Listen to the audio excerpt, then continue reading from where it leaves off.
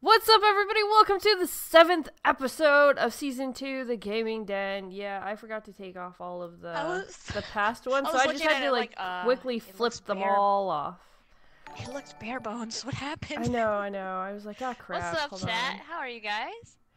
Definitely. How is everybody? We are live on the Mixer channel. If you missed this, you can always catch the recap on YouTube. Fox's YouTube.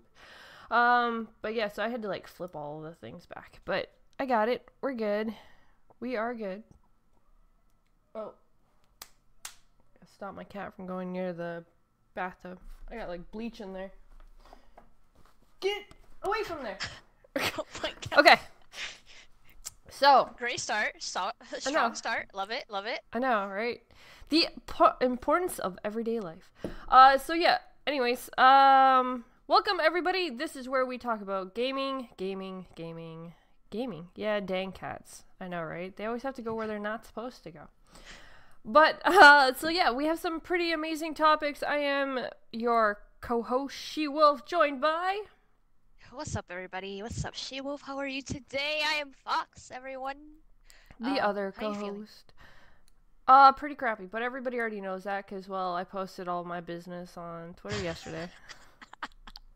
Yeah, you did. I was like, girl, you don't need to apologize for this. Well, okay, but the thing is, though, whenever I just put, okay, so, when was it? I think it was during the week, or it was last week. I had a school thing for the kids, and I just put, personal reasons or real-life stuff, and everyone thought something was wrong. I was like... Nah, she just has to be a mom, bruh. I'm like, okay. Guys, chill out. I'm like, this time, you know what? I'm just gonna... I don't care. Either you're a woman and you already know, or you have sisters, or... On National Women's Day, you're like, you know what? It is what it is. That I didn't realize it was National Women's Day when I first actually posted it. I was like, no, I actually didn't. I was like, oh, well, now that's just kind of funny. Because Brutal, I believe, is the one that actually pointed it out. I'm like, oh, crap. I'm like, well, that's funny. So, yeah, I didn't care. He's like, oh, you're in pain? Happy Women's Day? And you're like, thanks. Yep, I was just like, you know what? I don't care. I'm posting it. So, yeah, looking forward to these topics. A little spooked about talking about The Division, just gonna be honest, because I'm still traumatized from what happened last week, but it's fine. We'll live. Well, then I guess you're gonna be happy because that is the next topic already. Is first. The Division 2! What? Oh, no. Why? Spooked, guys. Wish me luck. Why? Because of what happened last week, man. Well, then let's hear you're spooked and let's hear your whole thing behind this. We were talking about The Division. If you missed it, check out the last episode. But we were talking about The Division last week, and then Shewulf got a phone call, so she disappeared and left me hanging. So I'm there like, I said all my things, and I was like, Shewulf, are you there? And then she was like, we're moving to Foxy Deals, and then she left again, and I was like, oh no, what happened? So yeah, she got a phone call. So we kind of didn't really talk that much about The Division like I wanted to, but it's okay, cause it's still a thing right now. So yeah, that was. It is, but so that's my thing. They're doing all this work on the Division 1. There's so many cool updates. They're trying to, fix a lot of stuff. Why are they already in talks of Division 2? Why? because why? I feel like they knew they messed up from the get-go, and then they've been doing all this work on the first game just to get it to where it is now, which we reported on it, how it's had 20 million people or players on it. And they've added all these DLCs and they added all these events, and it's kind of like, oh, now it's doing good. But they have to kind of revive the game from the start. So it could be an overall good game, not just oh yeah, it's good now. But some people are still not jumping back in it. Some people are still like, whatever. They know they could have better numbers than that. Well, see, that's what I'm worried about for the Division 2. People are going to be pretty weary about whether or not. Oh, yeah, definitely. I'm one of them. I'm going to be like, we'll see. I'm not buying it day one. Yeah, no. Remember, we paid $100 for the first game. We did. I was all about the Division to the point where I was actually going to get the tattoo done. I was so happy about this game, and then it was a complete utter letdown. I was like, yeah, it was a hot mess of a bullet sponge. and some glitches, and it basically became kind of boring. Even with like the Dark Zone and everything, it was just boring. So Yep. I moved on from it. And yeah, everybody's telling me to go back and play the first one again because it has new stuff, and I'm like, cool, but I'll probably play it for a little bit. I'm not gonna play it for a long period of time because there's just so many games coming out, right? So There why is. would I go play an old ass game that's what 2 years old now? Yeah. So there's a reason why they're reviving it, and the Division 2, they're gonna try to hopefully have a strong start and all the way through.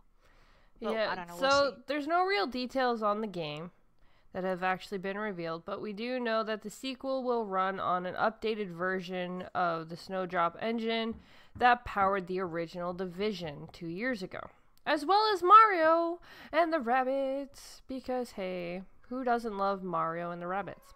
Some people actually think that game is super fun. I wouldn't know. Haven't I played it. haven't played it, but it looks cute. The rabbits still, I don't know, they're still weird looking to me, but that's okay. That's okay.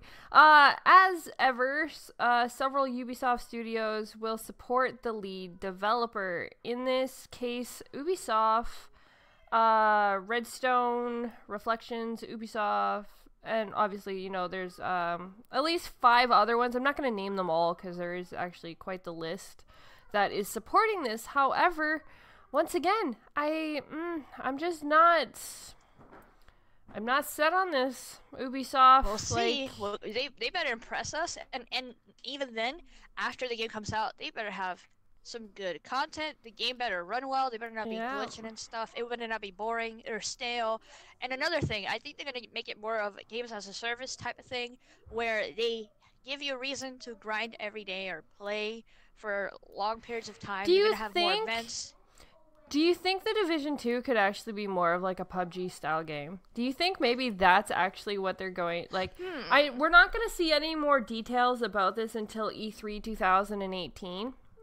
So, Maybe. Maybe. I mean, they do have to revamp and do something, and with the multiplayer aspect of it, because the Dark Zone didn't work out.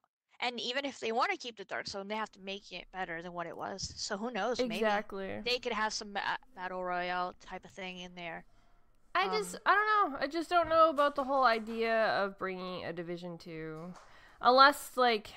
I want a better story, because Yes. I thought the they story need was a really good, but then it just ended, and I was like, that's it? It I'm was just lacking. doing missions? Yeah, and I feel like I finished it too fast, and also, I wanted to know more. So, I don't know.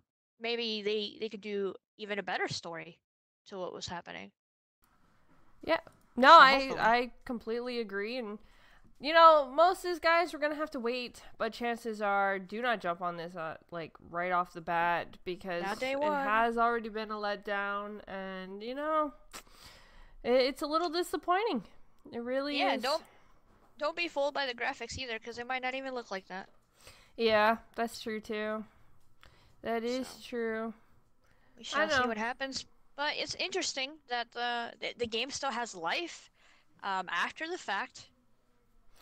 And Yeah. I don't know why, but Ubisoft tends to do that, especially when it comes to Rainbow Six Siege, when it comes to Ghost Recon, and now this is kind of like, maybe in the beginning it was kind of like blah, but eventually Possible.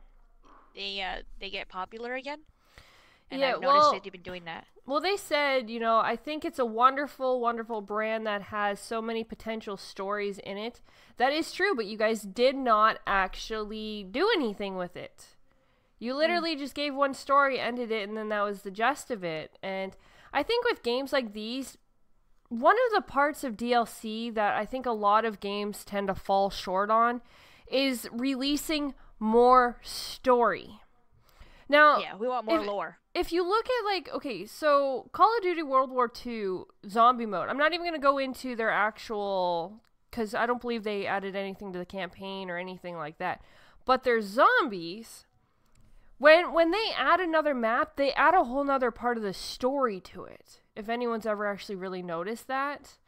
And I think that's where a lot of games need to. Like, I don't understand why games, when they add DLC, don't add more to the campaign, why they don't actually focus on bringing more story to the game instead of, just a couple maps or, just a couple of updates.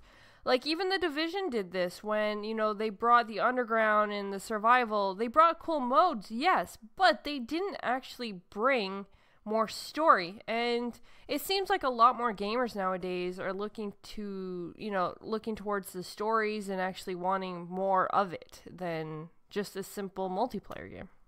Yeah. Yeah, there was more substance to it. Yes, I can agree with that. That's what I think, but I guess we'll have to wait and find out. So, just watch. Yep. E3 is pretty much around the corner, guys. It is coming up in the first week of June, so we will know more. Yep, we'll see. I don't know if they'll have any gameplay. Maybe they'll have a little trailer. I don't know. Yeah, I don't know. Too much. We shall see. But moving on, we do have something that's kind of cool, which was a little confusing. We actually went in and tried to test this, and what is this I am talking about? EA Origin Access has put the Warner Brother games into the vault. So, Origin Access lets you pay, I think it's like $4.99 a month for unlimited access to a library of PC games. Warner is the first major publisher outside of EA to be added to this vault, which is cool. The idea of it is cool because you're supposed to actually get Batman Arkham Asylum, Batman Arkham City, Batman Arkham Origins. They spelled it wrong here. They put Batman Arkham Oranges. What? They did. I should write the people in here. Like, it's Eurogamer. That's the funnier part. Eurogamer put oranges instead of origins. Lego Batman, Lego Batman 2, and Lego Batman 3. So all the Batmans. Yes, Interesting. It's pretty much all of them. However, so last night, GKB actually went on because he loves the Batman series, and he was going to actually download them. But when he went to go click on them, you have to pay for them. And now, $20 for one of the games. And you can go to CD Keys and pay $4.99 for it. He's like, why the heck would I pay $20 if I can go to CD Keys and pay $5? And he's talking about he has Origin. We do. We pay, yes. He has a membership. Yep. And on top of that, they're adding a bill? Oh, no. Yeah, no bueno. We have had just because I was saying Arkham so many times. We've had Origin Access for I think the last 5 months now, 5 or 6 months now, because everyone knows he's a big PC gamer. He likes to game on his PC, so we got that for him, and he went on. He was like, did we lose Origin Access? He's like, did we stop paying for it? I'm like, no. So I went and checked the bank, everything, and it still said it was there, still said that, we were paying for it. And he's like, well, then why the heck do I have to pay $20 for Batman? He's like, I'll just play it on Xbox because I already own it. Interesting. I'm like, I wonder if they're going to do that on EA Access as well. I don't know, but the thing is, though, if this is the case, like, what is the point in adding it to the vault? You're not actually adding it to a vault. You're literally just adding it for people to pay through you. Yeah, you're adding it to promote it, but not actually give it. Yeah, but you can go to Steam and get it for $5. So you're better off to just go get a Steam account. Like, this is kind of stupid. If somebody can actually maybe correct me or find out, because I went to Twitter last night and I posted this trying to find out if, something hasn't been fixed properly. Maybe it was put in wrong, which is possible. It's possible that it wasn't actually supposed to be at full price. Or like Tim said, it hasn't been fully implemented. Yeah, it was supposed to, though. That's the thing. If that is the case, then this is something on their fault and something that they definitely do need to obviously get fixed. I will update you guys on the next show whether or not it was fixed, because obviously it should be by then if that is the case, because it will be 1 week later. Right. But so as of right now, that is you have to pay for the Batman games. Very disappointing, in my opinion. I thought they were just adding them, and they were gonna team up and work together. I thought that was gonna be a really cool thing, and obviously, WB would give EA money to promote them on their, on their what's it called, streaming or whatever their service. But the fact that if it's true that you do have to pay an additional price to the fact, then no, you might as well get the game on a sale separately. That's it. Yeah. Really, whether it be Xbox or PC, whatever. Exactly. And I think it's a nice set of games overall, though, because that was going to be my original point, which was I think it's a nice set of games to start with, because everybody loves Batman. Batman is one of the most popular DC characters. Yeah. And it has one of the best games overall, in my opinion. So I think it's a good set of games to start off with, and you have the older, more mature Batman games, and then you have the Lego games if you have kids and family and stuff like that, which is cool. It just sucks if it's separate price for real, though. Very disappointing. Did you see that they said they're gonna add some more games later? I don't know if they've already added all the Batman series, but I think their whole idea is more or less they're trying to get other publishers to join. But as of right now, this is just one of, like, Warner Brothers is one of the biggest ones that they've just got right now. I heard there's a list in the article of games that are coming soon or coming in the future. I see The Witness, Lost Castle, Bulletstorm, and Wasteland 2. Nice. And I think those are by different developers, not only WB, but I could be wrong. Well, WB could have published them from different devs. That's true. I don't know. That is true. And then Out of the Park Baseball 19. That's another one in there. So it's interesting to see that EA is adding different games to their library, not just their stuff. I can see that they're trying to push it more. And I think maybe that has to do with the fact that Xbox Game Pass is a thing, and it's really popular. So maybe that's what they're trying to beef up their library overall. That's true, yeah. Well, I'm happy to see them at least trying, but, so Timodas says, checking Origins now, it says play now with access or buy for... Okay, so it does look like they did fix it. GKB's probably going to jump on it, and I will, Yeah, he tested it, like, what, yesterday or last night or something? It was last night, yeah. It was last night he Yeah, checked. so hopefully they fix the wording, they fix the glitches or anything like that. Also, the Batman games have several versions, only some are in the vault. Yeah, we said that. Some of them, not all of them. Yeah. Anyways, overall, we think it's an awesome idea that, EA is doing this, that EA is actually focusing on bringing, actually trying to bring more to the table with different games, trying to open up, and I think it's a good idea, and I think I hope they continue to do it. However, EA is still EA. Yeah. That's my problem. EA is still EA. They do. That is my biggest problem. This is true. EA is still EA. But hey, hopefully things keep working for you. So alright, so moving on to the next topic. We have something that I thought was kind of cool. So last week we talked a few of the new games. I think it was last week when we talked about Diablo and Fortnite possibly coming to the Switch. It was last week or the week before. Either way, we have been talking about games coming to the Switch, and now there's another one that has been updated that is going to be coming to the Switch, which is Little Nightmares. And what's kind of weird is they're also going to put in a disturbing Pac-Man costume. Yeah, I saw that thing and it was creepy. I think it's kind of like cute how they're doing it. One, I have not bought this game on PlayStation or on Xbox. I am, however, going to get it on the Switch because I just think this is a neat game to have on the Switch. And it definitely has like an amazing art style, and it has like a cute, creepy idea and story to it. And then the fact that you get to run around as a creepy Pac-Man, I think is just even cooler. Yeah. Yeah.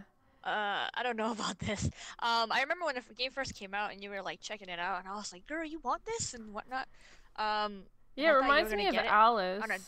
but Oh yeah, a little bit, like the art style. yeah. But overall, the game itself is creepy. We've talked about it before when we spotlighted the game, and it just looks really awesome. I like the puzzle aspect of it, where you have to solve a way to get out of the room. You can't let them see you.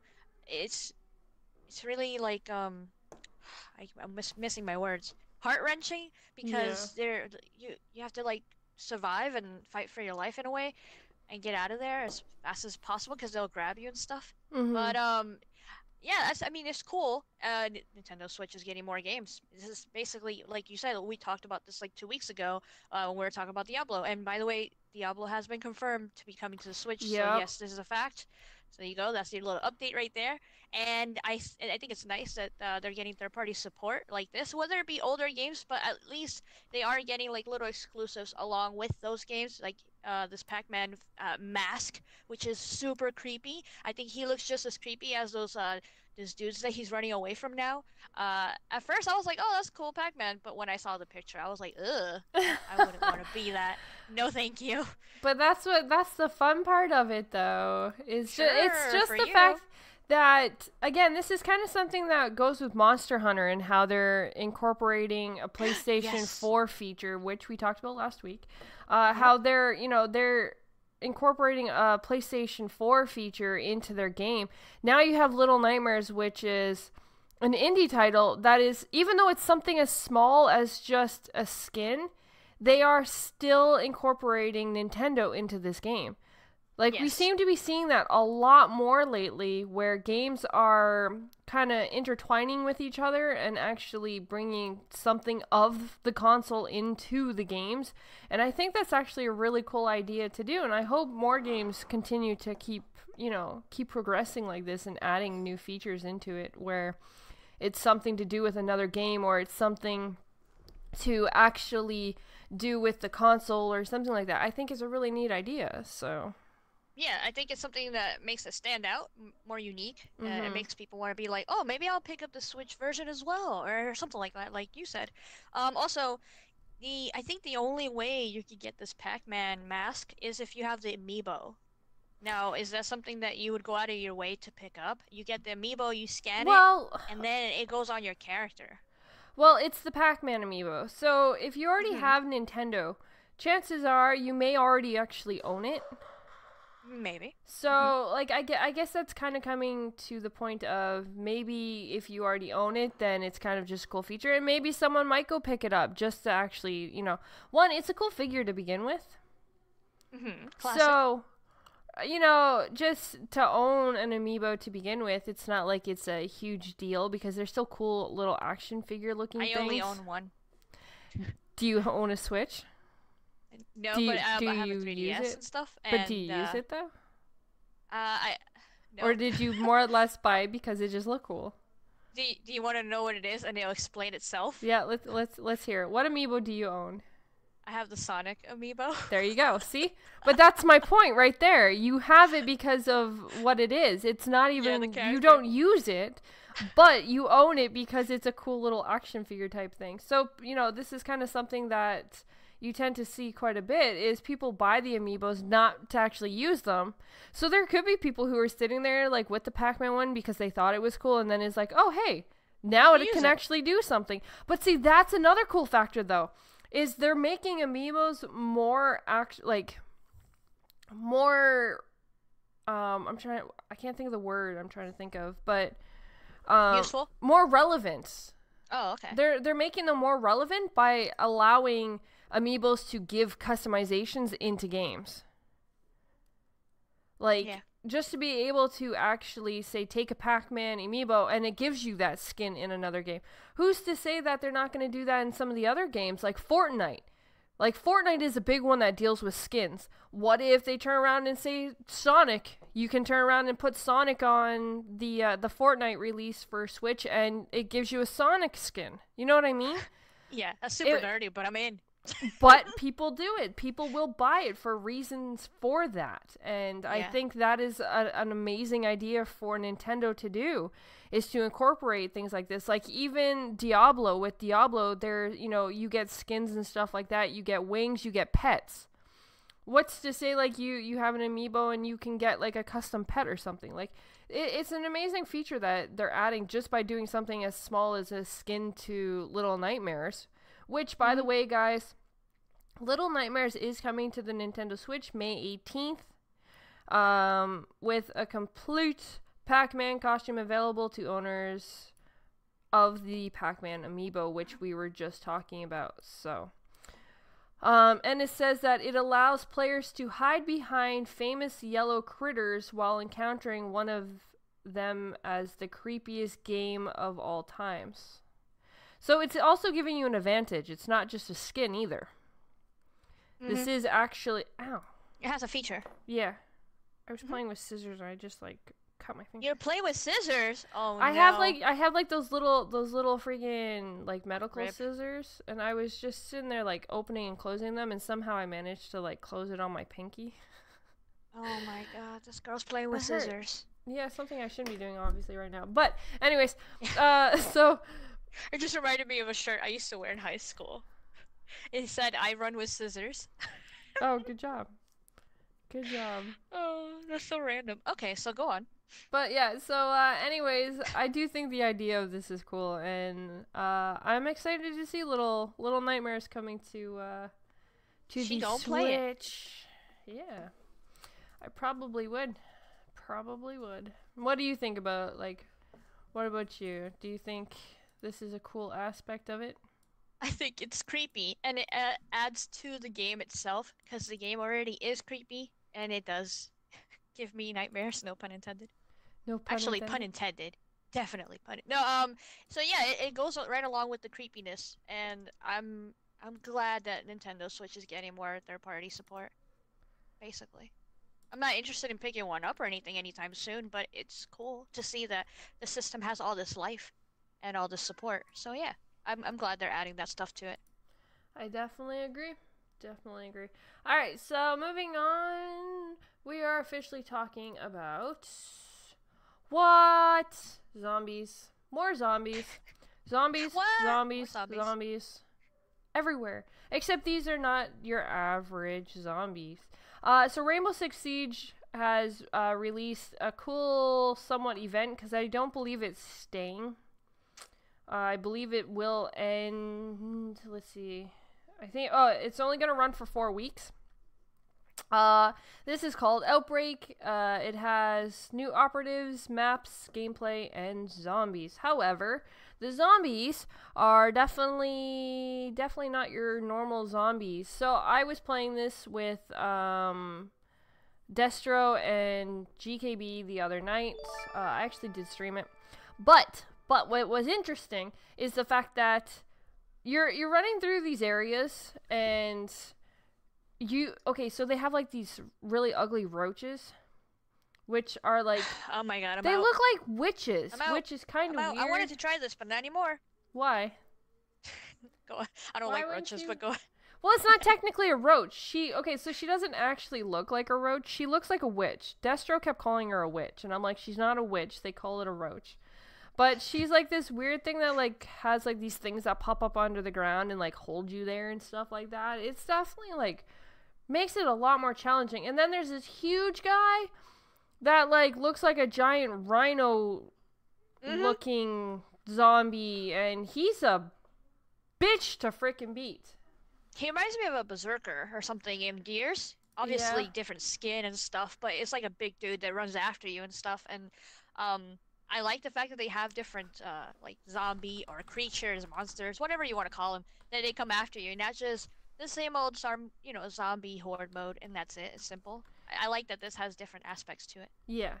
Yeah, and, that's what makes this so great, is the fact that, like, it is something different, and they're not your average zombies, because, like, so you see the guy standing there when you first start the game, and you think, oh, okay, so they look like normal zombies. And then they mutate. And they're not normal zombies anymore. And then there's like different objectives that you actually have to do throughout the game. So you're literally not just trying to survive. Where most games, that's all you kind of do is, you're in a horde type area and you're just trying to survive. No, they actually give you different objectives where you have to like blow up plant, like these life looking things. Oh yeah. we had to actually save this pilot. We had to like actually try to protect him and save him. And what was the other ones? There was a couple of other things that we like. So they actually give you cool objectives to work towards while the hordes are like coming and stuff like that. Yeah, and while you're trying to survive. yeah, so I think it's like I really like the idea that they brought to it, and I'm super excited to play it next week because again, I believe it's only running for 4 weeks. It's available all the way until April 3rd, actually. Okay, so yeah, that's about 4 weeks. So. Oh, but go. you know, I think it's awesome that they have this new event. It's just what I'm hearing from the community, or from what I hear from a lot of the Rainbow Six Siege fans, because I play it here and there, and I played it in the past more than recently. But from the fans that love this game, they want it to stay. They want it to be a permanent thing, or if not a permanent mode, something that will come back more frequently. So I think that's cool that everybody's liking it. I've seen some gameplay. I haven't tried it yet, but now I want to. Until you said roaches. They're not real roaches, though. That's just what they call them. Yes, I know. Also, I think it's different because usually we have like what, 4-player or more. No, I think it's 4 players for Rainbow Six Siege, and this one has 3-player co-op. Yes. For zombies, so I think that's different.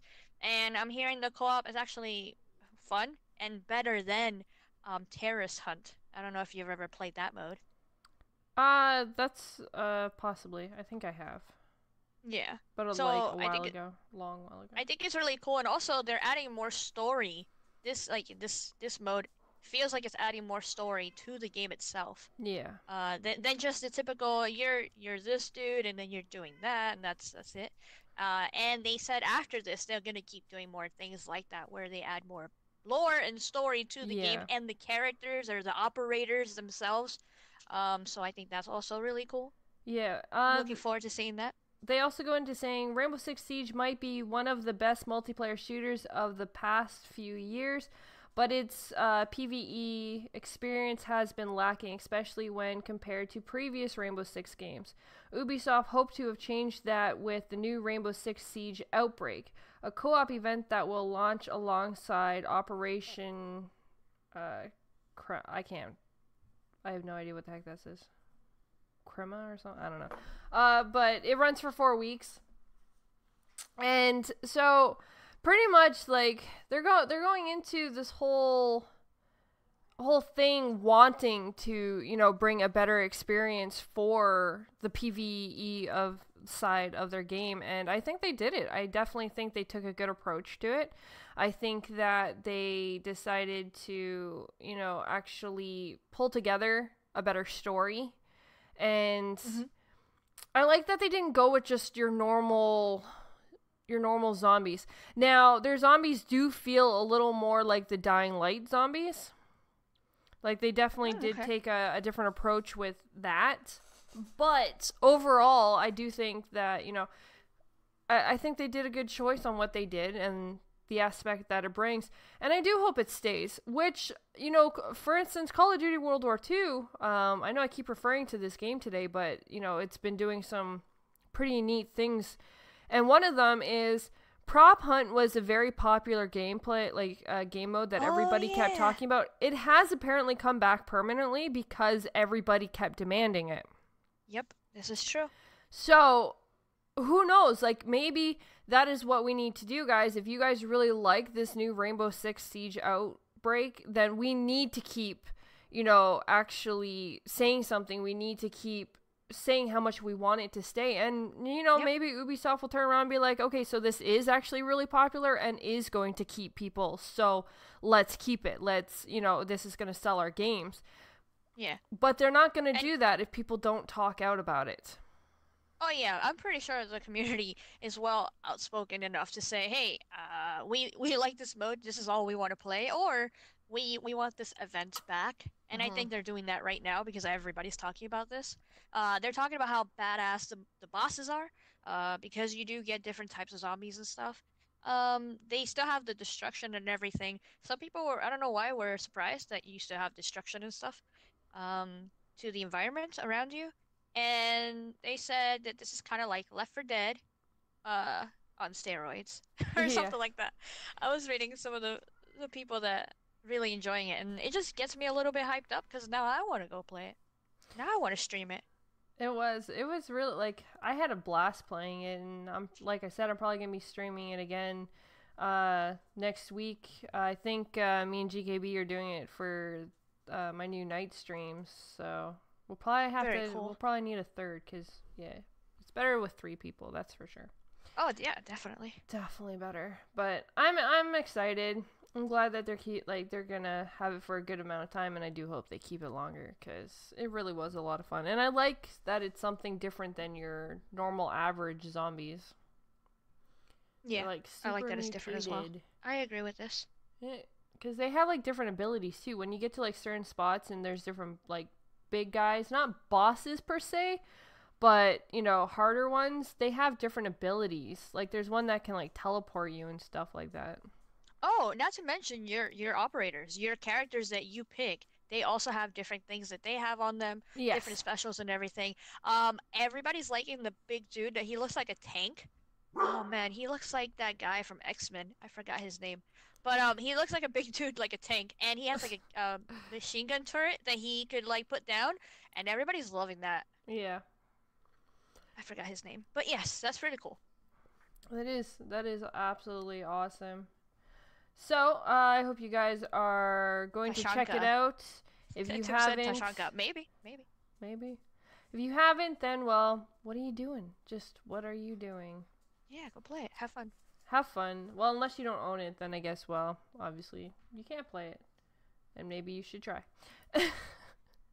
But anyways, so moving on, we're going to jump into something I know Fox was super excited to talk about. Super excited. We were talking about the rumors of this a couple weeks ago, and of course it has been confirmed. Call of Duty Black Ops 4 will release October 12th, which is kind of funny because that's actually earlier than normal Call of Duty launches, because Call of Duty usually releases the first week in November. But they're going to the middle of October, which this is not a bad choice for them to do, because October tends to lack on fighter style games. Usually sports games releases in October, so I don't think that this is a bad move unless I don't know. Well, recently they've had Halo released on October, and well, that's what end of October. That's why I just stopped and thought about that, because isn't the new Halo supposed to be releasing this year if they stick to their 3-year base? I don't know. It's rumored that they're not doing that at all, and they're just gonna mess with Master Chief Collection, and that's it. Which is stupid. So they're going to break their 3-year cycle, which is going to be interesting to see, because usually every 3 years... I think they might have done that once. I don't know which one it was, but they might have broken their 3-year cycle at one point. I'm not sure. We'll find out. But it is interesting that COD is releasing in October, because when I think of COD, I automatically think November. So as soon as I saw the date for this, I was like, what? Okay. Because, yeah, usually COD... it's the one everybody else is fighting in November. So I think that's going to be very interesting. And the fact that like Gears released in October, in the beginning of October, and then Halo released at the end of October, it's kind of like, so is October the new November? Interesting. Possibly. Which technically is a little smart for them to do, but... Because then you have... what? Red Dead coming out in October as well? I think so. I think so, but I think that's like the beginning of October. I think Red Dead's coming out. Maybe. The funny part about it, though, is like, Red Dead is actually set to be released on October 26th. So I guess they're trying to beat the Red Dead release, is what it looks like. Even if they're not directly in competition, right? Because they're different games. They're still two big popular AAA games that everybody knows, and they're probably all going to pick up. So I just think that very interesting that now October has the big boys instead of November. Yeah, and there's going to be a community reveal event on May 17th for Call of Duty Black Ops 4 to, I guess, give more information. The trailer? Yeah, I think that's what they might show either the official trailer or a little bit of more gameplay or something. Because Yeah.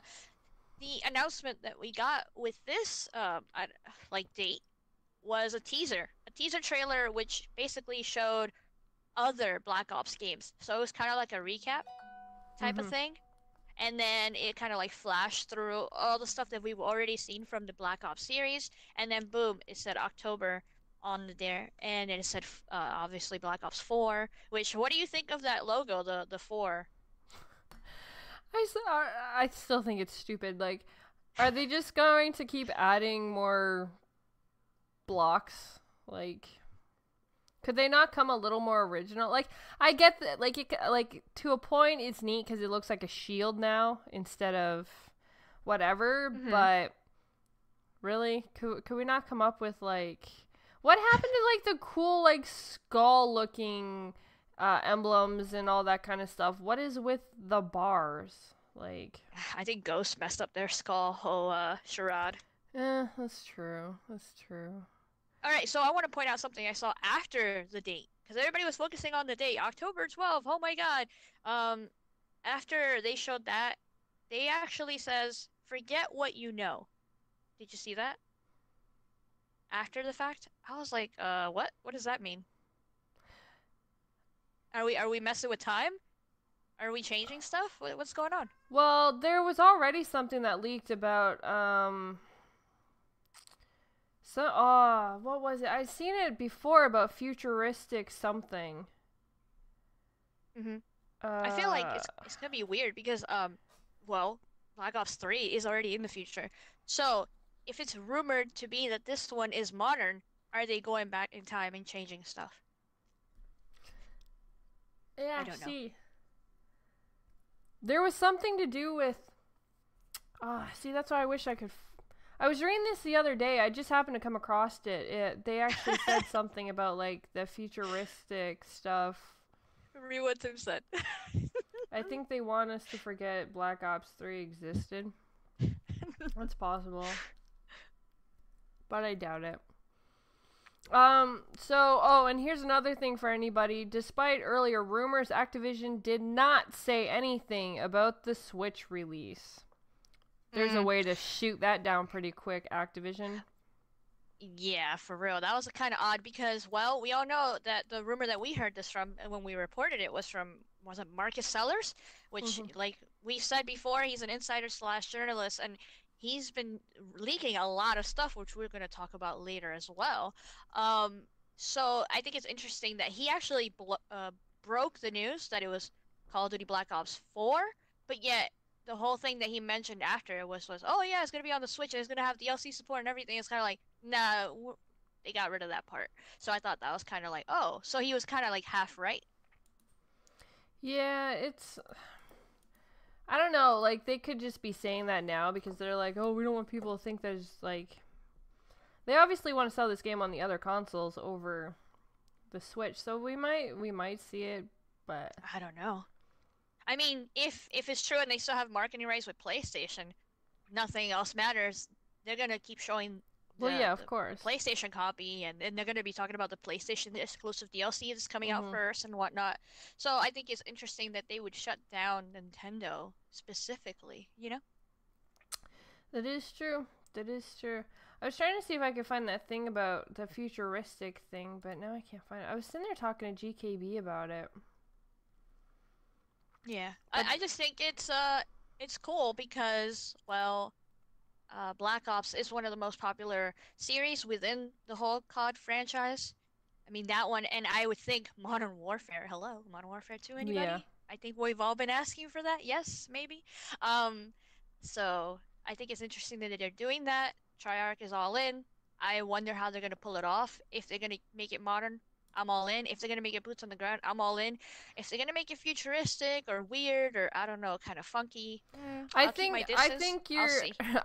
what you were kind of pointing at earlier, where they're probably gonna like have the style of Black Ops 3, how like they were all like futuristic exosuits and all that kind of stuff, and then they're gonna like go back in time to like World War II or some crap like that and friggin'. No, not that back. Don't go that back. Well, no, not that far back, but I can see them like go back to one of the Yeah, past and kind of be like, oh, we're in the past. Yeah, it's gonna probably be stupid, but you know, we'll see if they can do it. Yeah, I don't know, but interesting how that was a rumor and now it's just official. So yeah. But I'm not surprised that it's not official because we all knew another Call of Duty was coming out this year regardless. It was just... Oh yeah, but Marcus Sellers was actually the only one that said Black Ops 4. That's what it is. The whole Switch thing, I don't know. Like, let's just scrap that for now. He also did say boots on the ground and stuff, so hopefully that's also true. I don't know. We shall see. We shall see. I don't know. I'm kind of like, we already knew there was something coming. To say that it was a Black Ops 4, you had a 50-50 chance, so... Yeah, I guess you could say that. It is one of the most popular franchises within the series. Or series within the franchise. Exactly. You know what I mean. Is anybody else expecting a PlayStation with 4 lines on it now? Because I am. Anybody? Oh, what? So they can match their PlayStation with the 3 lines? Yep. I'm you expecting that. You can literally have a whole bunch of Roman numerals just sitting on your desk. Why not? Yeah, maybe this time they'll be colored in and everything. Probably orange. Yeah, exactly. Orange. They might be orange. 4 orange lines on top of your PlayStation Pro. Exclusive. Yeah. Can't wait to see that. Speaking of consoles, our next topic is, if anyone can see that image, isn't that a gorgeous looking PlayStation? PlayStation. Yes. Aren't you excited to get this? No, sadly you ain't getting it. There is a custom bundle coming out, however, but that image is not it. That is what we all wish it would look like. Yes, but this is what we wished it was, but it's not that. Shout out to Xbox Pope. Yes. No, sadly, that is not the one that you were getting. So this picture, as you can see, is a huge shout out to Xbox Pope. He was the one who actually designed this. People, hire this man to customize your damn Xboxes or your PlayStations, because you guys are just starting to really lack in it. Like, the Sea of Thieves one should have been done. I'm still annoyed with that one. Like, you brought out a controller and then you don't even bother to bring out an Xbox. So, PlayStation. All right, so let's actually talk about the actual God of War one here. Image. Yeah, I'm not going to show the actual one. Oh, you want it in the background? All right, let's see if I can pull it in the... So you can see a comparison. All right, let's see if I can bring in... Let's see. Hold on. Yes. All right, you talk about it, and I will... Yes, exactly. So we're talking about the God of War, the new God of War custom console that PlayStation has announced recently, which has some controversy behind it because, well, a lot of the community, a lot of true fans of the series are not liking the way it looks. They're not liking the design. As soon as I saw it, and I grew up watching my reels play God of War because I haven't been that much into it. As soon as I saw it, I didn't think God of War. I was like, what game is this for? So as soon as I said that, that's not good. I shouldn't say that when I look at a custom console. I should know, oh wow, that's for God of War. Oh wow, that's for Halo. It should speak to you. The design should speak to the game, not you, but like the game. So as soon as we saw the custom console that they came up with, and then it has to be explained, I think they already failed, in my opinion. Even if it's not the worst console in the world, and yes, I seen people say, no, it's not that bad, we seen worse. No, I understand that, because, well, I think the Call of Duty World War II... Oh my god, stop going bigger! Console, I keep trying to put it over here. The Call of Duty World War II console that PlayStation came up with, that was hideous. So in my opinion, that one is still worse. But this one is not that great. I think they could have done a better job for God of War than that. And the fact that they have to explain it and go, oh, that's this axe, or that's this symbol, or that's that symbol, or, oh, look, the corner of the system, it looks like a move controller. That's not good. So, yes, that's the console that we're talking about. Yeah, so here's part of it. I can't really... the image is being stupid and doesn't want to move now, so... okay, something. Yeah. So... Oh, wait, there we go. I think I got it. So, as you can see in the background, there is the actual console. Yep, PlayStation. Yep. PlayStation Pro. PlayStation Pro. With weird designs, which, may pertain to the story. We don't know, but that's the thing. We don't know the storyline yet. We don't know what the symbols, how it pertains to the storyline right now. So as soon as you see it, it doesn't scream God of War yet. And when I see God of War, I think of the red color.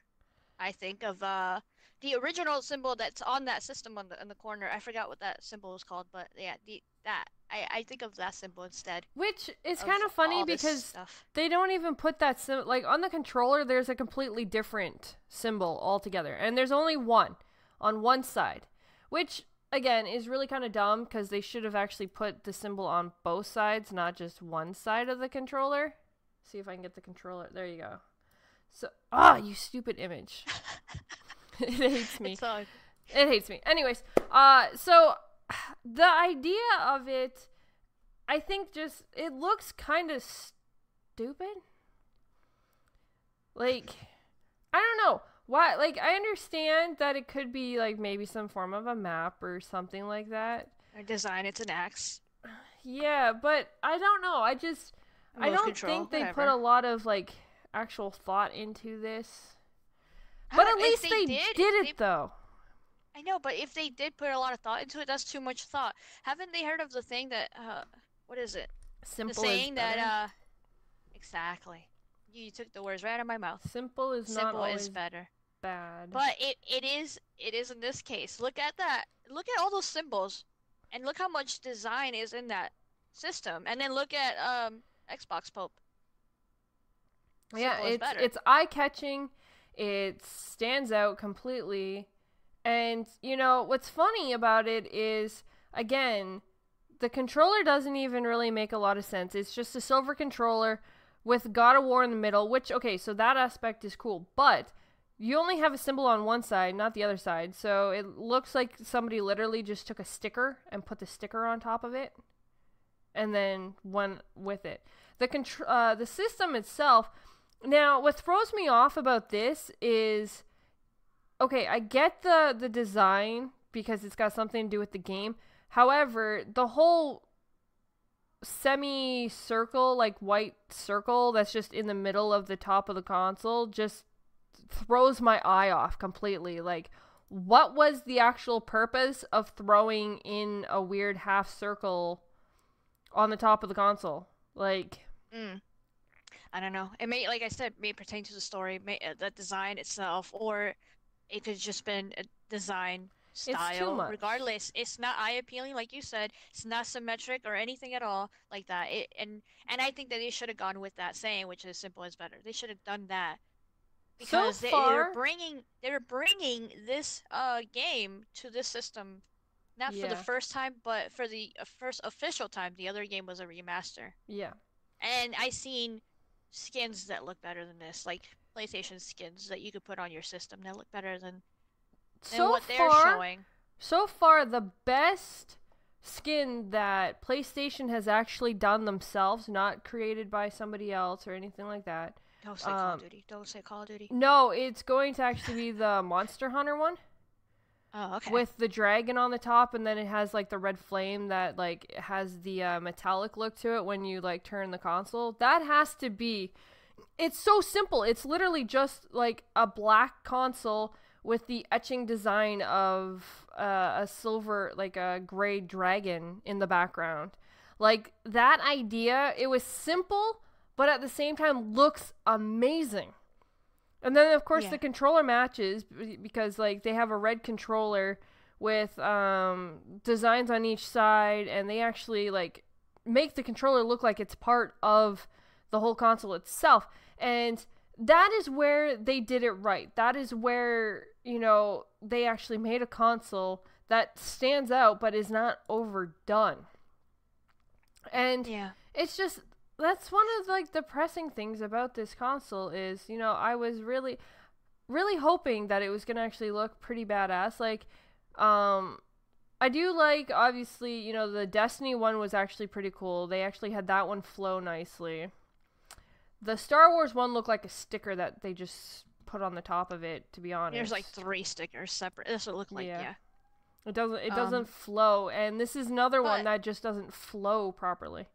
But wait, the Monster Hunter one, isn't that like region? Like, isn't that for only the but that's European only? Yeah, but that wasn't the point. The point was just the fact that they still made it and still. No, I know. I was just like, damn, I don't think that many people can get access to that custom console, even though it looks the best. I would go over there just to get that console if I could. She's like, I'm having it shipped from overseas. No, I would literally fly over there just to get it. Just like that's funny. Yeah. It is that gorgeous looking. I love the look of that console. Yeah. I would. But like I was saying earlier, it's not the worst looking console. It just looks like there's just too much going on. Here's the fun thing. And I hate the Call of Duty one. That's all. Yeah, that one's ugly. But here's a fun fact for anybody. So the next time you go and look at the PlayStation God of War Pro, look at the design at the very top of it where it's got like the handle and then the circle. Looks like Tell me what? It looks like a move control. Yes. Yes. Does it not look earlier. like a friggin' move controller? Like that is retarded. Yep. It even has like the diamond, like the triangle, and has like a square. Even the PSP God of War custom that looked way better, and it was simple. It was just had Kratos in the back. Yeah. It was just like simple, and the whole thing was red. I always wanted that PSP, but I never got my hands on it or anything. Oh crap! I forgot to change. My bad. People are like coming here thinking we're playing zombies, and we're not. But yeah, so I'm excited that they actually have a console. Yes, like that is my biggest thing. Is like they actually did one, where Xbox didn't even their biggest game that they have been hyping for the past however long they haven't. They didn't even do one. I mean, yeah, I see where you're coming from, but also God of War is established franchise compared to Sea of Thieves, which is a new IP. That's not the point. I know, but they that's made the a best custom. I come up with. They just they just seem to be a little more obsessed with just doing the controllers than the actual systems. Well, they're selling. If the controllers wouldn't sell, they wouldn't be making them. Well, yeah, that's true too. I guess that's true too. You have a control, girl. I know I have one. I do. You have several. Huge shout out to Timberwolf and Maiden and Seeker for that beautiful looking controller. I have not played with it yet. It's literally sitting in its box until the 20th. Oh, really? Oh, I thought you tried it at least once. With the beta? Nope. No? Oh, okay. It ain't being touched until it releases on the 20th. Nice. So. And then you come home or something from being grocery shopping, and the kids are using it. Oh my god, they can't touch it. I have it like high on the shelf. Like they would literally have to climb up on my desk to get it. So. How many custom controllers you got now? Like 4 or 5? So okay, I have the Gears of War JD one that I got from somebody that I can't name. Shout out to Microsoft.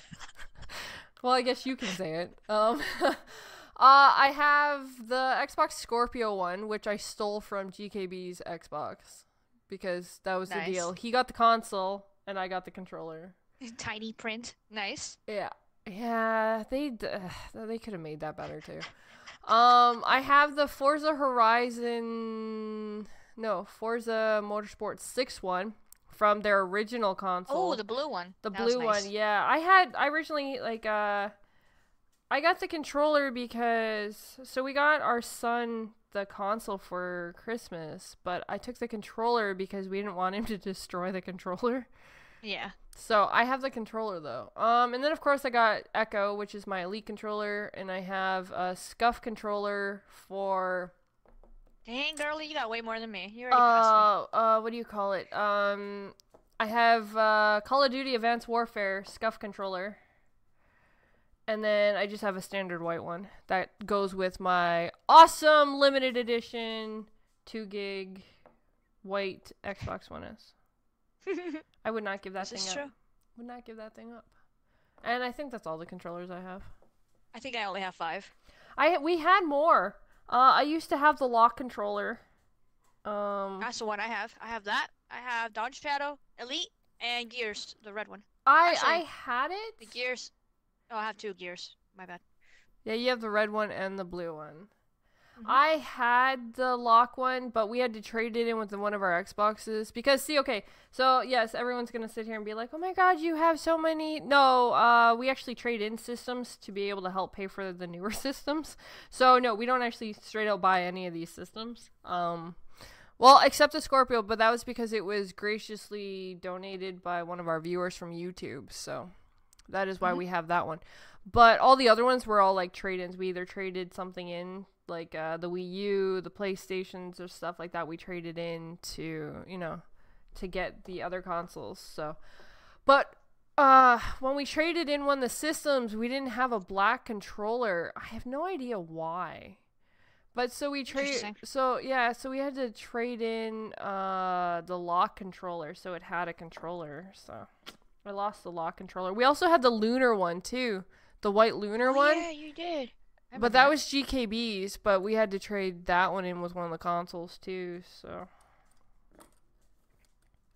So yeah, we have lost some of the nifty looking controllers, but I think they should have done a better job for the PlayStation. It is a bit disappointing. Guess what I did?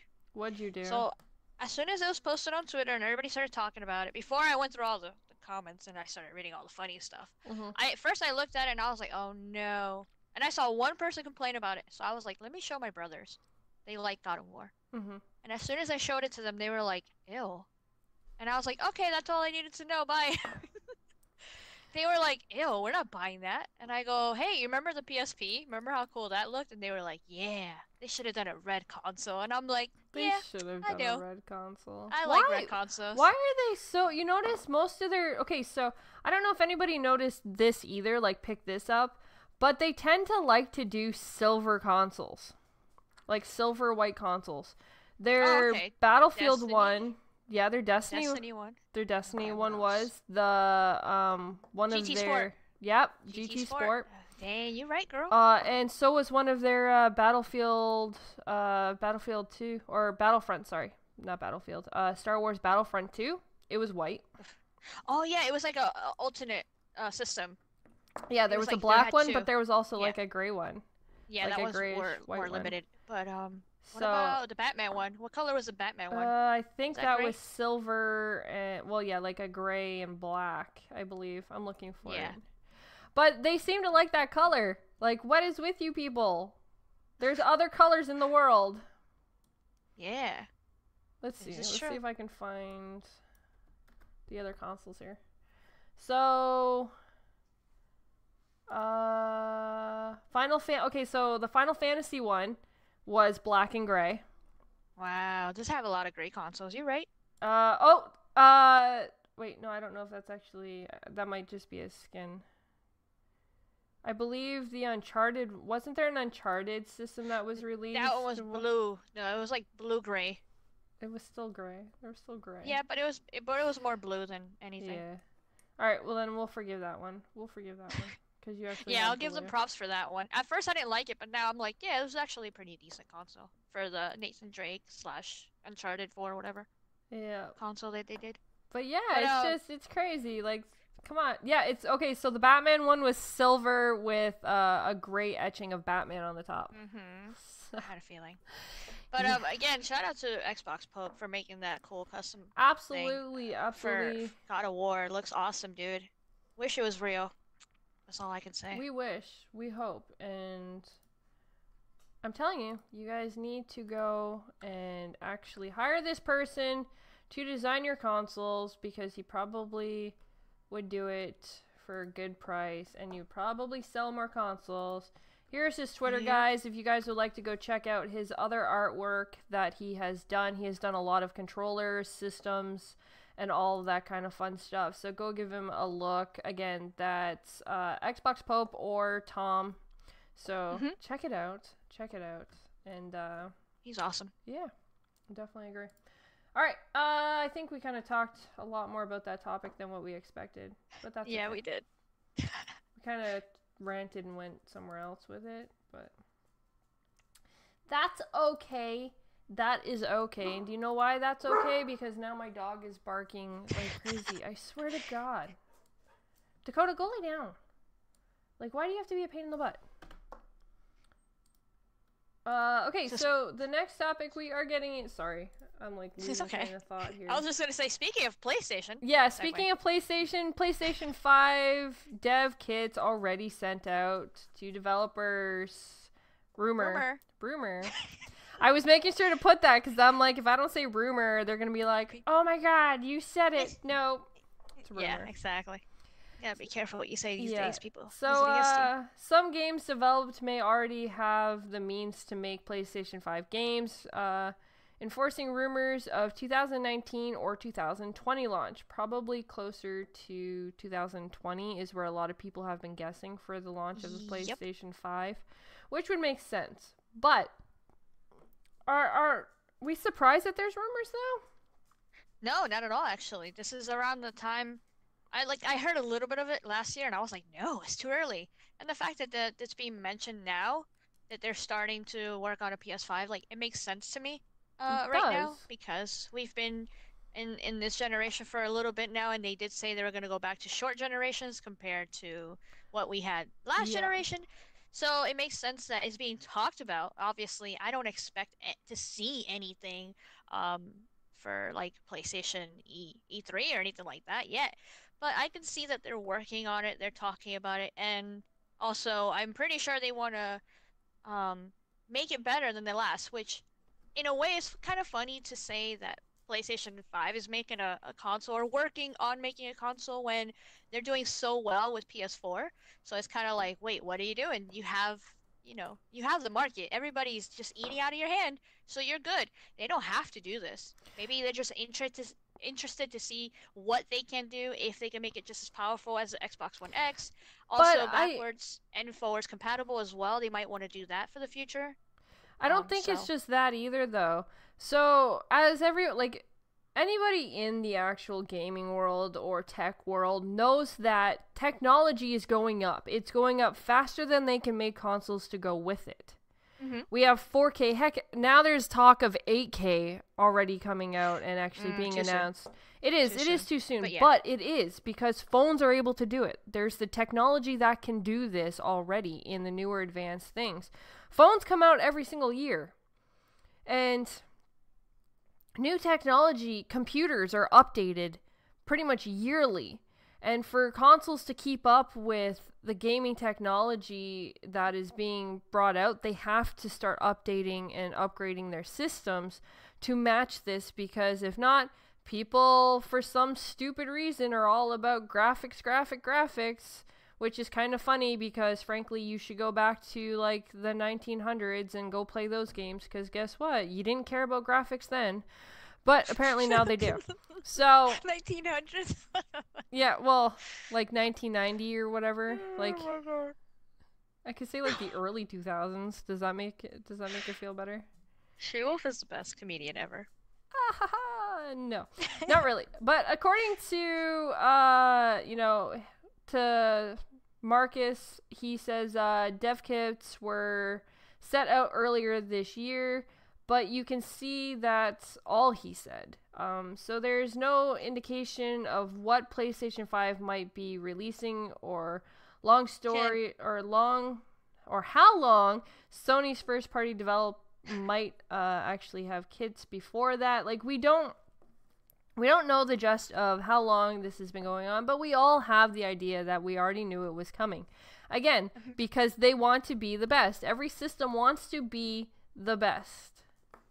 Well, when it comes to PlayStation, right now they are the best. If you look at numbers, they are the best. So it is what it is. But touching on what you said regarding Mark Sellers, which I mentioned him earlier. Oh, I thought you were going to talk about the 1900s. Seems everybody in the chat wants to talk about. You know what I mean, guys? The 90s. Like, come on. No, I was just laughing because I thought you meant it as a joke. That's it. I'm not even going to analyze it or talk about it. I know, but everybody's like. Everybody's taking it like they are. Like, everybody nitpicks. Shewulf. She will fight you. Everyone's picking on it. Like, take a joke, people. Take it and run with it. Caveman playing video games, that'd be hilarious. Anyways, okay, so Mark Sellers is again the one spreading these things. Okay, so I don't know what this guy does besides what I've already said before. Journalist slash insider type of dude. Okay, and lately he just won't shut up. I don't understand where he's getting all his information from, but he won't stop talking. He's always tweeting something almost every week about something new. And yeah, he's the one that mentioned that the dev kits are out, and they went out to third-party developers in the beginning of this year, aka like what, 2 months ago? Yeah. So I just think it's interesting that he has all these sources. Every day he tweets out like, I would be scared to work in the industry and know this guy because he might tell everybody what I say, right?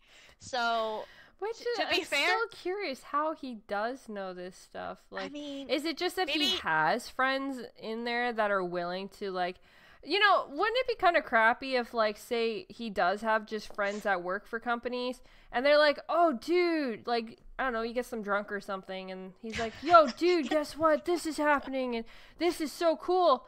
But, oh, crap, we're not supposed to talk about this. And yet he goes and opens his mouth to everybody just so that he can be the first one to leak it. Like, dude, you're a lousy friend if that's the case. Not gonna lie, he's always saying something, right? So he said more than we've reported on, but I'll give him credit to this. The stuff that he has predicted properly or known, he leaked it out because he knows he's in the know. Call of Duty Black Ops, I'll give him that. Dark Souls Remastered, I'll give him that.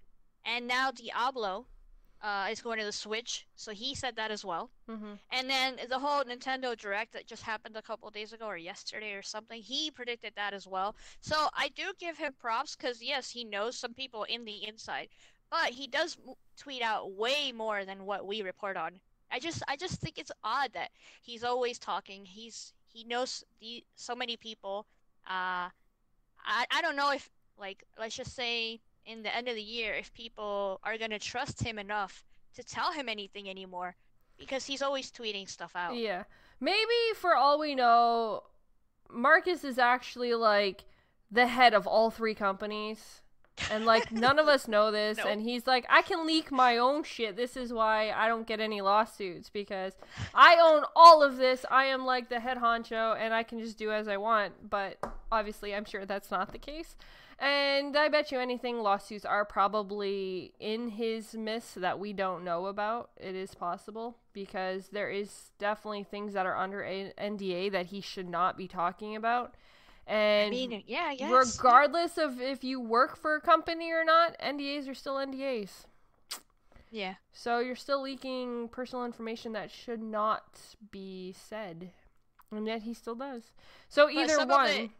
Some of it is just like really close. Like maybe he knows, oh, they're gonna announce this next week, so I'll say it now. Or they're gonna announce this next month, so I'll wait and I'll tweet it out. But if that is the case, that still means he has friends in the gaming industry that does know this stuff, and he's kind of saying things ahead of time, which, one, if that is the case, he could either get his friends fired when they actually find out who, because you can't really actually expect these companies to be like, oh, no, don't, you know, you can't be saying this. They're not going to not look into the people that are being told and finding out who is saying something. Journalists do get more leeway, to be fair, because most of them do have inside sources, but they never reveal who their source is. But so companies still tend to fire those once they find out who they are, though. Well, yeah, if they find out, they can get in trouble, they can get suspended temporarily, whatever. Yeah, I understand, but that's only if they get found, you know? Yeah, but, or, there is the other side of this whole thing, where companies do actually, okay, so, it's kind of a marketing ploy where companies will leak stuff to, you know, to journalists because of the fact that it gets the hype going. Oh, so it is possible that there is the insiders that he does have from these companies, but are actually given the permission to go to who they trust to release this information ahead of time to get the hype going, because they are going to announce it in a week or so or whenever, which... Black Ops 4, everybody was super hyped because they heard the rumors about it. And now it's already, you know, it's already been seeped into the water. It's kind of like already testing it to see where it's going. And they do actually do that, though. That's the thing. Like, it's just like, what was it? Something that was leaked. What was it? Something was leaked last year, I think it was, just before E3, and everyone was like, oh my god, I can't believe that was leaked, and chances are it was leaked because they wanted it leaked, because if not, there would have been a lot of lawsuits going around, and yet nobody heard about any of it. So I'm pretty sure... I know what you're talking about, but I can't remember what it was. I can't remember what it was, but...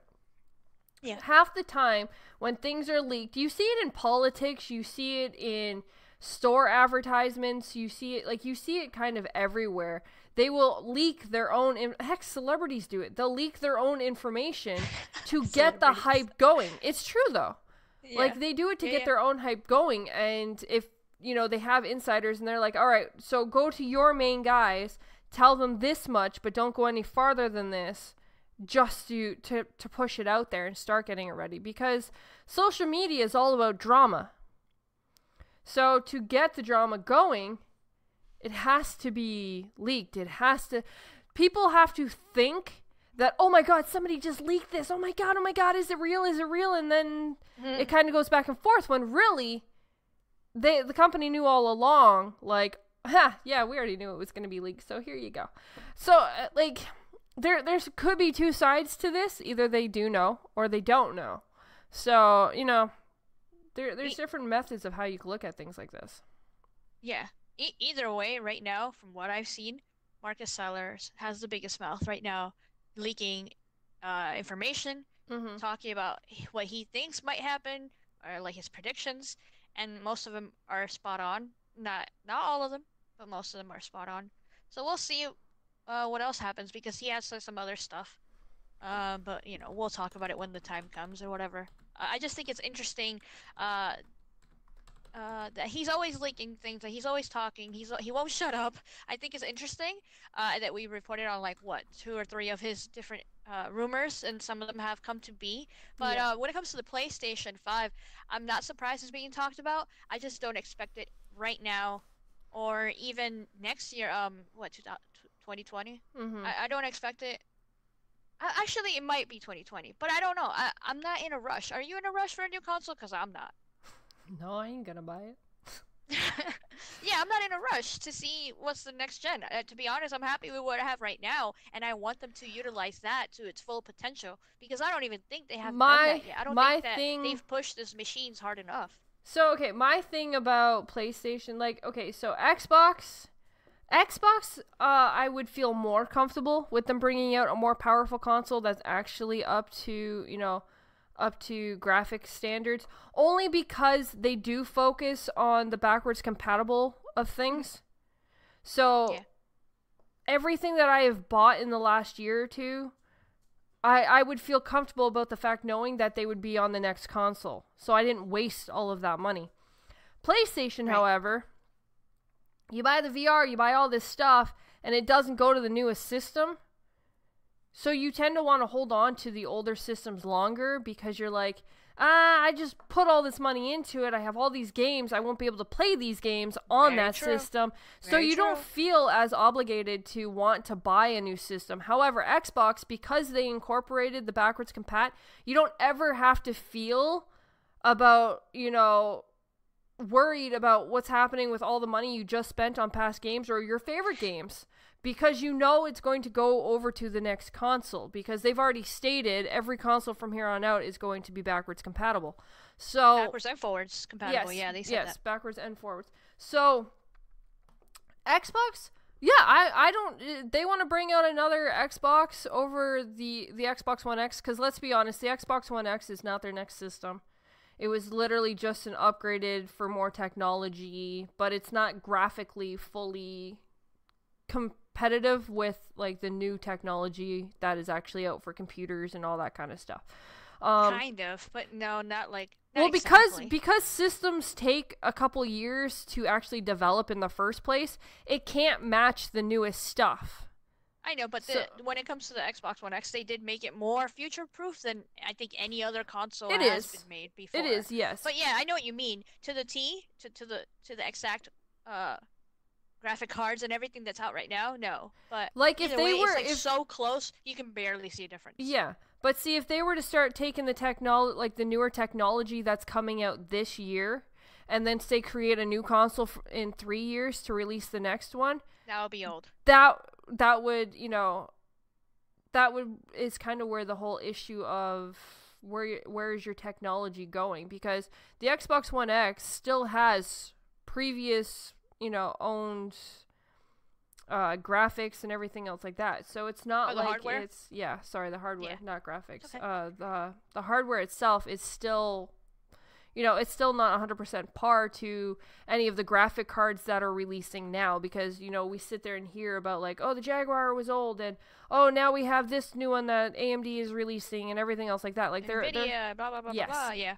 I got you. And you mean. The consoles can't compete to that, because no matter what, they're always 3 years to 2 years behind because of development.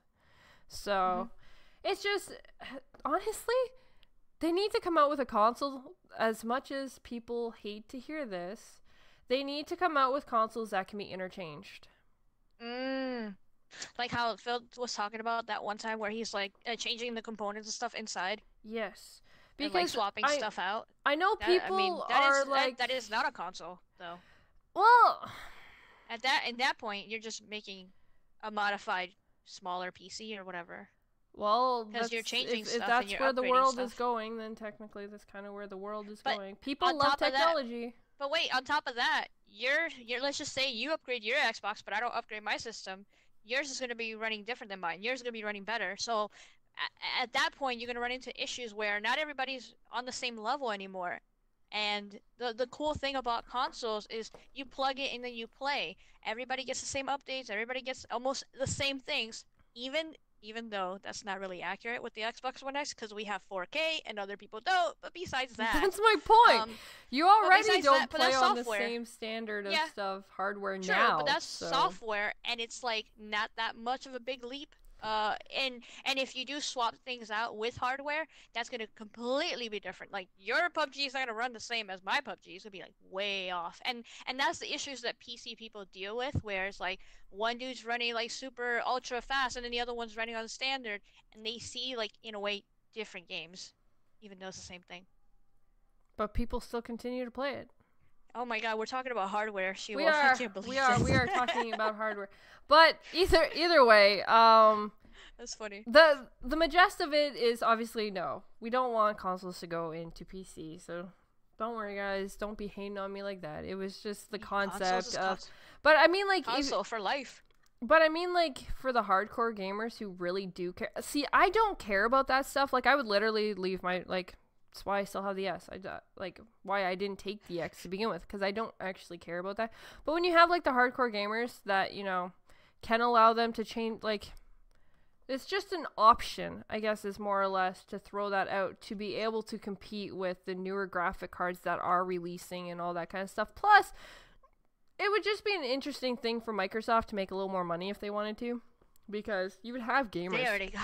They already got all the monies, girl. I know. Technically, they don't need it, but I think if they could make it work, and we all feel like we're all still running on similar stuff, even if you modify yours and I don't, and we're still like, oh, this is pretty equal. Well, maybe. See, that's kind of it work. So technically, that's kind of where the whole thing comes into, because if a game is still locked at 60 frames or 30 frames, or if it's still locked at a different resolution, obviously you're still playing at the same thing no matter what system you were like upgrading to like the top notch kind of thing. You're still going to play at what it's locked at. So I always thought the graphic thing was kind of funny when they actually, the graphic doesn't matter at all. The 60 does matter. The 60 and the 30 do matter a little bit more because it's performance. Well, no, I just mean I was using that as more of an excuse, like an example. It's just more of the fact that, people are like, oh my God, my game has to be better and it has to look better, but half the time they're locked anyways. Oh, okay. As certain things. And so that was just an example of what I was like more or less pointing to. Like people go out about, oh my god, my game has to be so amazing, and then when it's not, it's like because the game's locked. Like it's locked. Just deal with it. I understand. Either way, I'm not surprised PlayStation is coming out with another console. However, if it's not backwards compat and doesn't allow me to actually take like the VR and all the kind of stuff that I've spent the last couple of years buying on it, I won't get it because it just feels like a waste. They're gonna make you buy new VR. Probably they will probably come out with new camera stuff because again, the whole point of this conversation was more or less just Xbox kind of got it right, and I would feel more comfortable with Xbox coming out with a new system in a couple years because they always keep things backwards compat with forwards compat. So that was where the actual gist of that conversation was supposed to go, but we kind of got more into hardware somehow. Shit went left. It went left, right, down, up, and swirled in a circle. So swirly. Alright, so the next topic, which I'm sure a lot of people are pretty excited for, because I know I am. Are you? Yeah, actually. Yeah. I don't know. I don't know if you really are. Are you really, really excited about it? I am ready! I want to hear it in your voice. No, anyways. So... Yeah, I don't know. Oh, the next topic we were talking about is State of Decay 2 release date. Price confirmed for Xbox and PC. Oh, look, there's PC people. No, I'm kidding. PC again. So, Microsoft has announced the release date and pricing details for its upcoming zombie survival game, State of Decay 2. The title will launch on May 22nd, and it is a little cheaper than fans might have expected. The standard version will actually release for $30, while the Ultimate Edition will only cost $50. What? So, you can also, the Ultimate Edition will grant players access to play State of Decay 2 a few days earlier, which will be on May 18th. Ooh. Ain't that excited about Game Pass now, are we?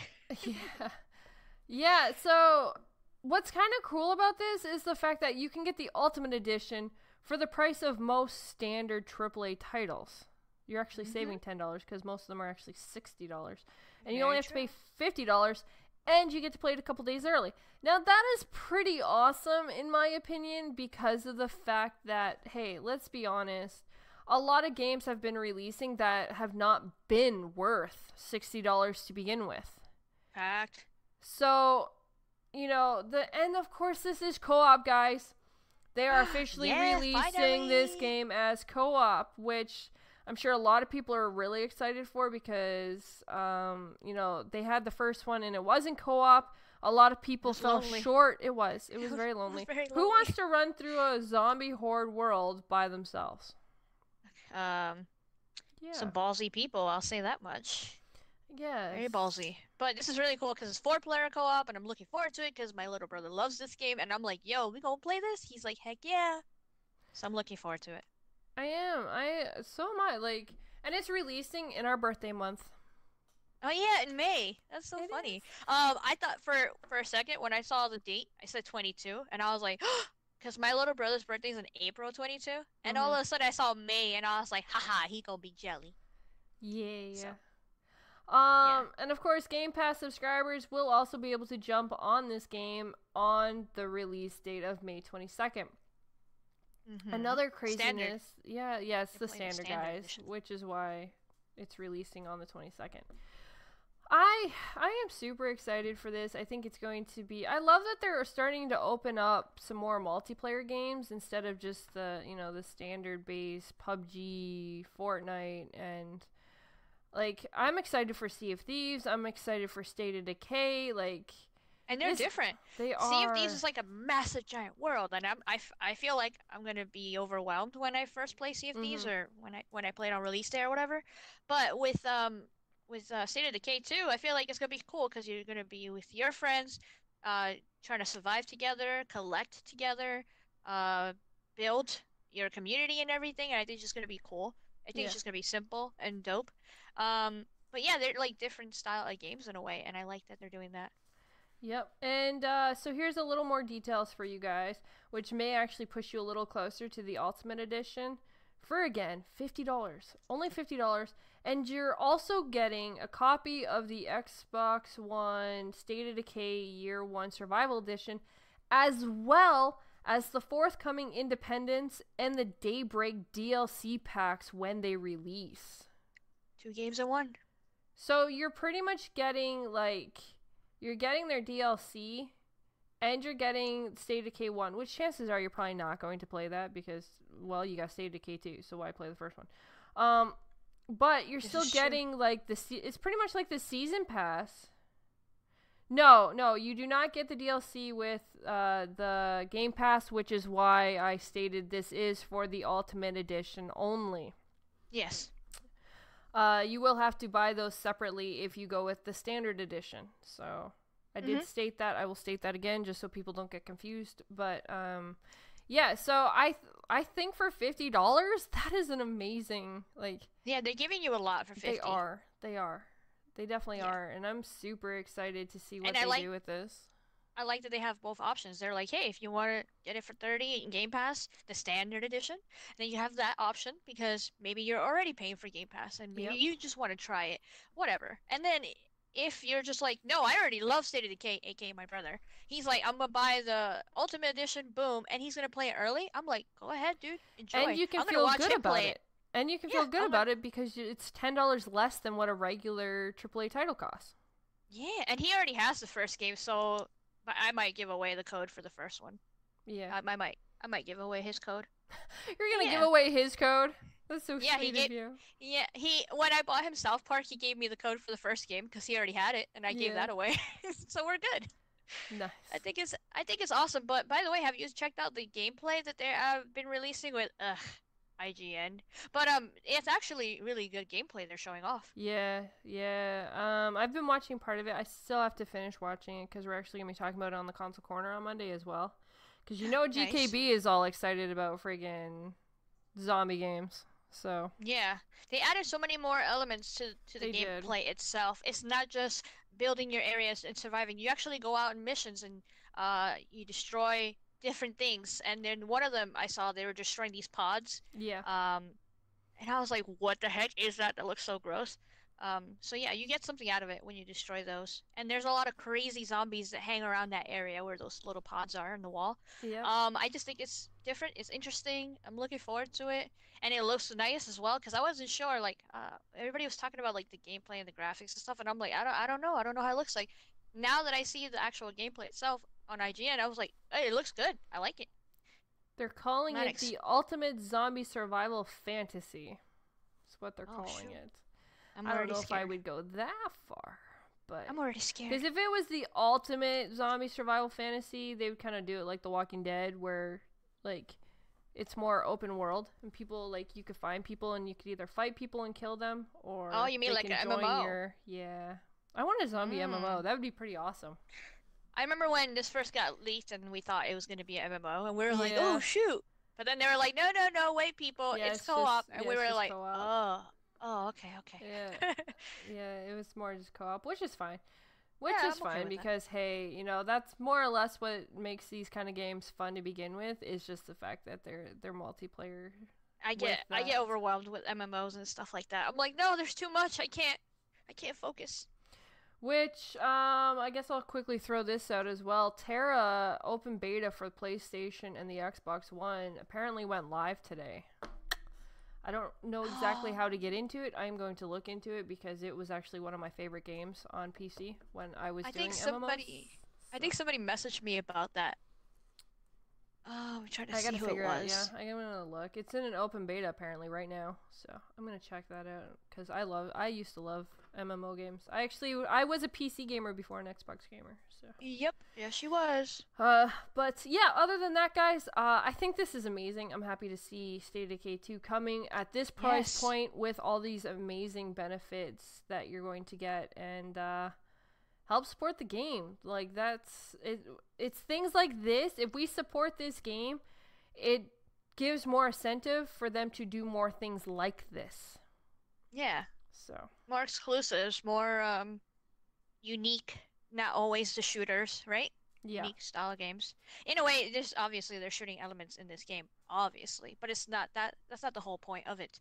Um, but yeah, I agree with you. I'm looking forward to it as well. Finally, we get to hear about these games and we get to have some release dates. We've been wanting to hear about that yep, for a while. This was one of the games that got delayed last year, which was really disappointing, but it's all good. Finally, we have a date. Hopefully, it comes out.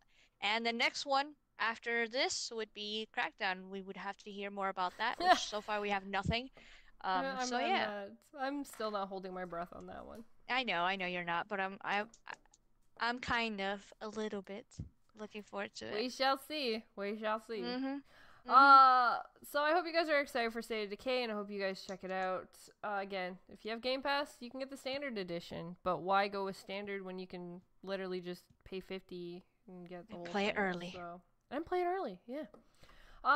So with that, I'm hoping to stream that game. I'm hoping maybe Microsoft will give Mixer the codes for the Ultimate Edition.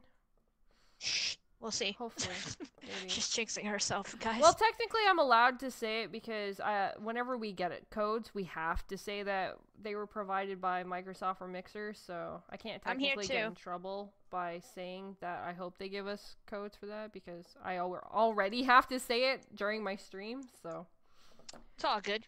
I'm gonna try it in Game Pass first, and then we'll see after that. yeah. Maybe If I'll I buy don't a get it, physical later on. if I don't get a code, I'm gonna Game Pass it because I just can't afford so many fucking games. There's so many games coming out. But so moving on though, I'm sure everybody knows what time it is. What time is it? What time is it? I don't have the thing yet. So, but anyway. It's Foxy time. Well, yes. Give me that mic, Shewulf. I'm gonna talk now. You do that. All right, so this is Foxy Deals. This is where I share the best deals around that I could find for you guys. Obviously, I always update it. I'm on Twitter, so in case you miss anything on here or you forget, check out my Twitter. I will be sharing it on there as well. All right, so let's start off with the deals with gold on Xbox. So these are some of the games that stood out to me. Obviously, there's way more deals on there than this, but Rise of the Tomb Raider is amazing, and it's 1980. So please check that out. And if you have Game Pass, that is available on there as well. And you get a discount on top of that if you ever wanted to actually own it. Then we have Forza Horizon 2 and 3 bundle, and that's 35. Awesome games, awesome racers. We also have Dying Light is 18, which a lot of people still really love that game. My brother plays it as well. And then one of my favorite games ever, Life is Strange is $5, and that's the first Life is Strange, not the newer one. Over on the PlayStation with PlayStation Plus discounts, they also have Tomb Raider on sale, a little bit smaller price. So yeah, it's also, let's just say 1978 or something like that. So yeah, Rise of the Tomb Raider is on sale. We have Nier Automata, and that's $30. We have Dragon Quest Heroes 2, that is 36. And we have some indie titles. They have a lot of indie titles that are bundled up together if you want to check those out. They're all different prices. And then they have Call of Duty sale, which I think all the Call of Duty games are on sale. Obviously different values or anything like that, so check that out if you're interested. And then for both Xbox and PlayStation, we have Square Enix publisher sale. So if you're interested in any of the Square Enix, some of them I mentioned, but then they have other ones as well that if you're interested, you can check those out. Some online deals that I found for you guys. These are 3 games on sale on Amazon. So we have Destiny 2 on the PlayStation, $15. Wow. What else? We have Okami for the PlayStation as well. That is $16.65. And then for the Xbox, we have Gears of War 4, the standard edition. That is 26. So check those out. That's on Amazon, by the way. And then Noof sent me a deal from EB Games, so check this out. EB Games has a lot of stuff on sale right now, but one of them that he pointed out was save $60 off all Xbox One S's. They're all the 1 terabyte bundles, and on top of that, you get a free game. So shout out to New for sending that my way. And then the other one that I found was at Walmart, which is a Samsung 64-inch curved 4K HD LED backlit LCD Ultra HD. Jesus Christ. Yeah, smart TV. And you get a $300 Walmart gift card on top of all that. And it's $9.49 with free shipping. And I think you could use that $300 gift card on top of that. So you get the TV even cheaper. Jesus. Did you hear that title, Shewulf? Mm-hmm. Yeah, that's a long title for a television. But anyway, those are the deals that I found for you guys. And obviously, like I said, check out my Twitter. I will be sharing this, and I actually have to update like 2 of them. And I will share more. If you have any, you can send them my way, and I'll share that, and or give you a shout out. Yeah, that's all I got. Shewulf, what about you? Nothing like that. But oh my God, there's some amazing awards for this Terra Online thing if you play it. Oh my gosh, she's on the Terra. She's already in it, guys. No, I'm not in the game yet. No, I'm reading the awards for it. You get a freaking Spirit Wolf mount if you actually like stay logged in for 120 minutes. Whoa. And then there's another fire. There's a fire bird mount for Sunday. And then if you can get to level 38, you get a freaking gold. What is it? It's a Templar brass wolf mount. And that's on what? On the Xbox or that's the PC still? That's both of them. This is for the open beta for Xbox and PlayStation 4. Oh, nice. You gonna play it? Freaking right I am. I want those mounts. Are you gonna stream it? They got 8 big glasses for a level 20 reward. Oh my God, I don't know about all that. Oh my God, it's so great. Yeah, I'll probably stream it on Saturday. I probably won't stream it on I'll probably have like, ooh, maybe I'll do like community game time and we'll play Terra, so anybody who wants to like come and hang out on MMO, maybe we'll do that would be kind of cool.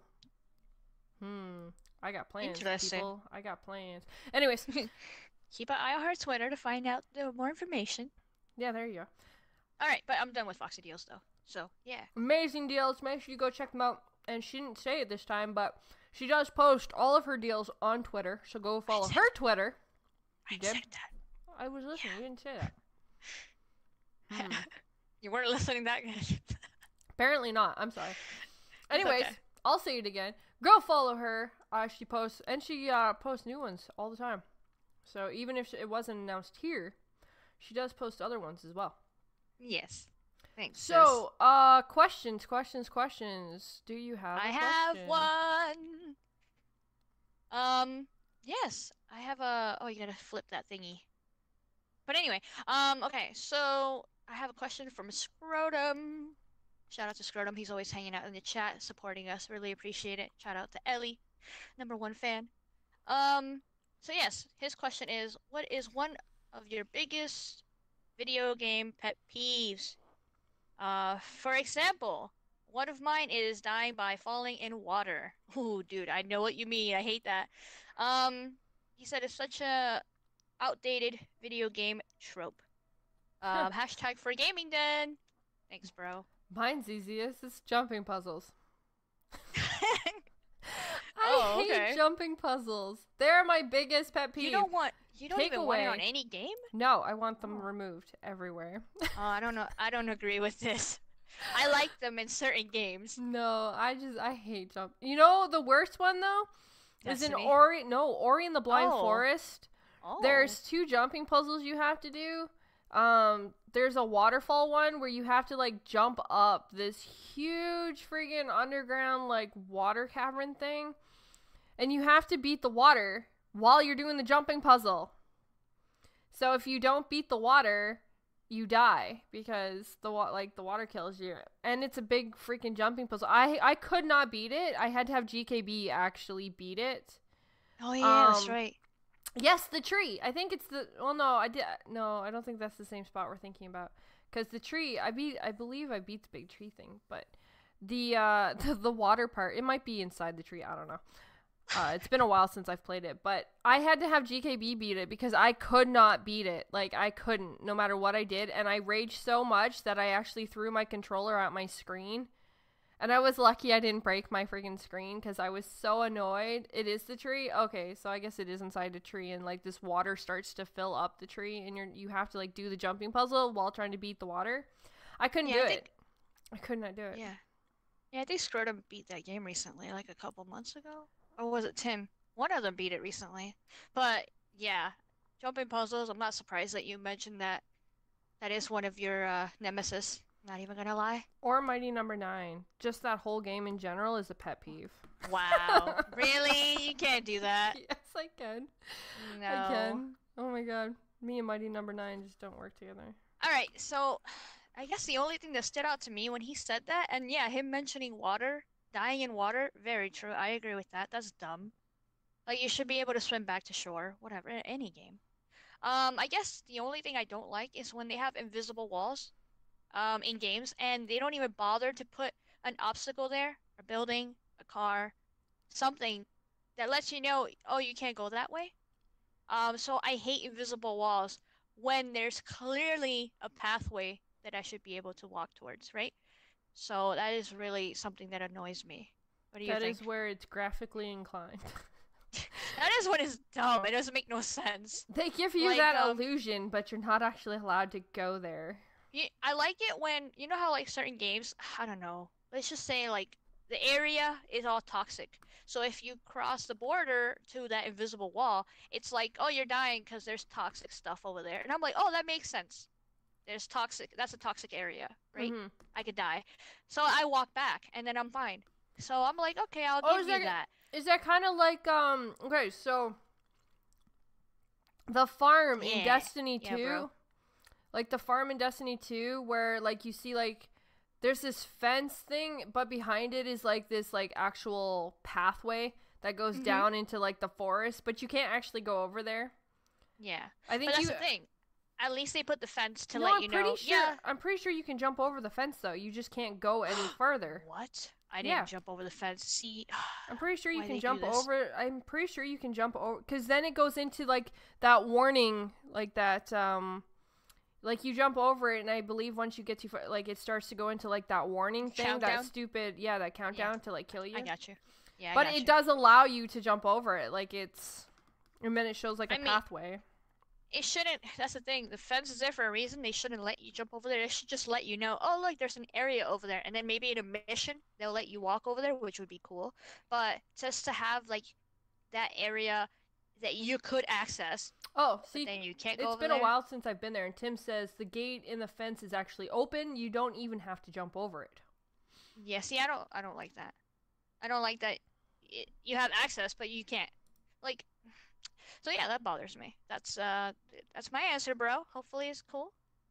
Hope you like it. I just want to give a quick shout out to some of the peeps that have been commenting on the videos. We have Crap Gamer. We have Game Down Sights, by the way. Game Down Sights said, "Thanks for answering my question. I found my keys." So that was funny. We have Spartan.